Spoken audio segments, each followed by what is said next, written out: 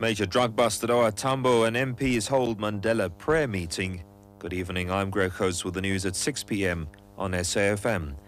Revenue Services has made its biggest drug seizure at any border post after taking possession of tuk worth 42.6 million rand at OR Tambo International Airport outside Johannesburg. SARS spokesperson Marika Muller says two women arrived on a flight from Tanzania and were searched. On searching their luggage, which was 6 large black hold-all bags, the customs team found just under 150 kilos of crystal meth. That's what we also call tuk in South Africa. Unrest in the mining sector has now spread to diamond mines, with De Beers employees becoming the latest to down tools over salary disputes. The National Union of Mine Workers say the strike starting this evening will affect workers employed at 2 mining companies in the Northern Cape, one in Limpopo and one in the Free State. NUM is demanding a wage hike of 13%, more than twice the inflation rate. The company's offering 6%. NUM's Lasiba Sashoka.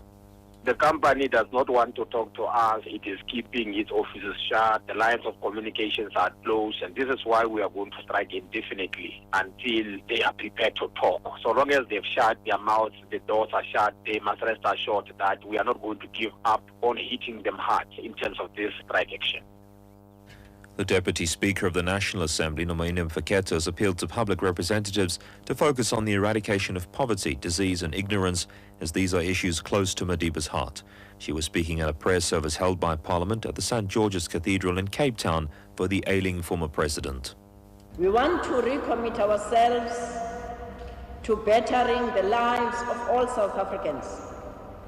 This prayer indeed is meant to evoke our inner strength, to refocus ourselves in the work ahead in honor of his name.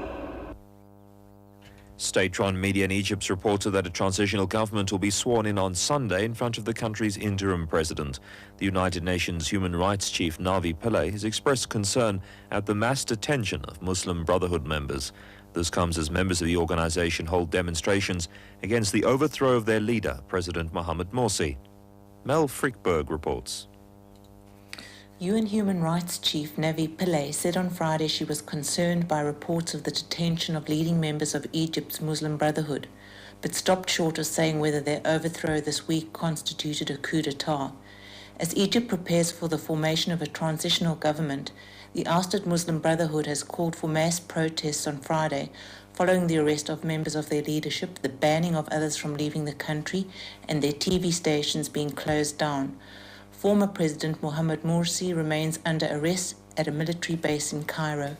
Mel Frickberg, SABC, Ramallah. Top story. State-run media in Egypt has reported transitional government will be sworn in on Sunday in front of the country's interim president. That's our top international story.